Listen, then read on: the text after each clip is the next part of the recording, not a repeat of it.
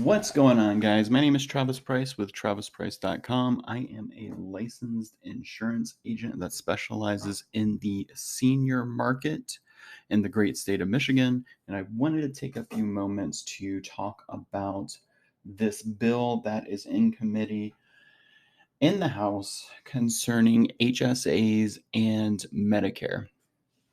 So I'm going to leave a card at the top right now concerning the current way that HSAs work in Medicare, just if you're interested in more information about that. However, I'm going to really briefly glance over what's going on and then tell you how this bill affects how it currently works. So right now, once you turn 65 and you go on Medicare, whether it's just Part A or Part B or both, you can no longer contribute to a health savings account. Health savings accounts have triple tax benefits. Uh, Basically, you can contribute money tax-free to an HSA. The growth inside the HSA is tax-free, and with qualified expenses, those are medical expenses, you can pay those tax-free using HSA funds. What this bill does is allows you to contribute to an HSA if you're in Medicare without having a penalty or any issues withdrawing funds for qualified health expenses specifically. So your doctor's visits, a hospital stay, prescriptions, stuff like that. How it works right now is once you turn 65, you can't contribute if you're on Medicare. However, you can pay Medicare premiums such as Part A, B, C, or D, but not a Medicare supplement using HSA funds.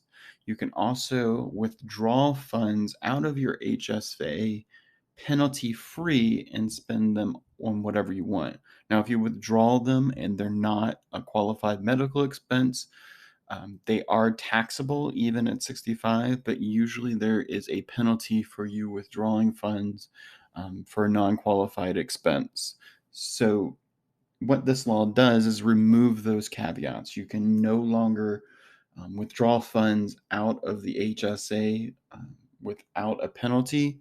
You can't pay premiums on associated Medicare products such as Part A or B, a Medicare Advantage plan, or a prescription drug plan. You have never been able to use HSA funds to pay for a Medicare supplement, though. So that doesn't change.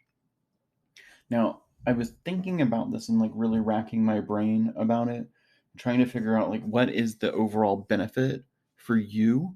And it's hard to say what that is. The only one that I could reasonably come up with is if you are contributing to an HSA in retirement, it would drop your taxable income, which means that your Social Security retirement benefits, if you had other income and it met the thresholds, you wouldn't be taxed on that.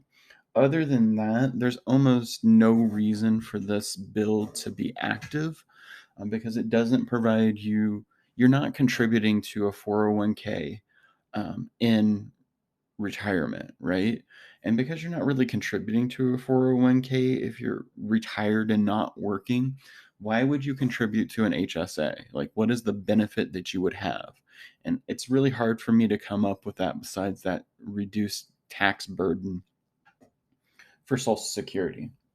So, what I've decided to do is give you access to this information. I'm going to leave this article in the description along with a link that lets you look up your state or area's um, House of Representatives person or congressman so you can contact them and just tell them what you think.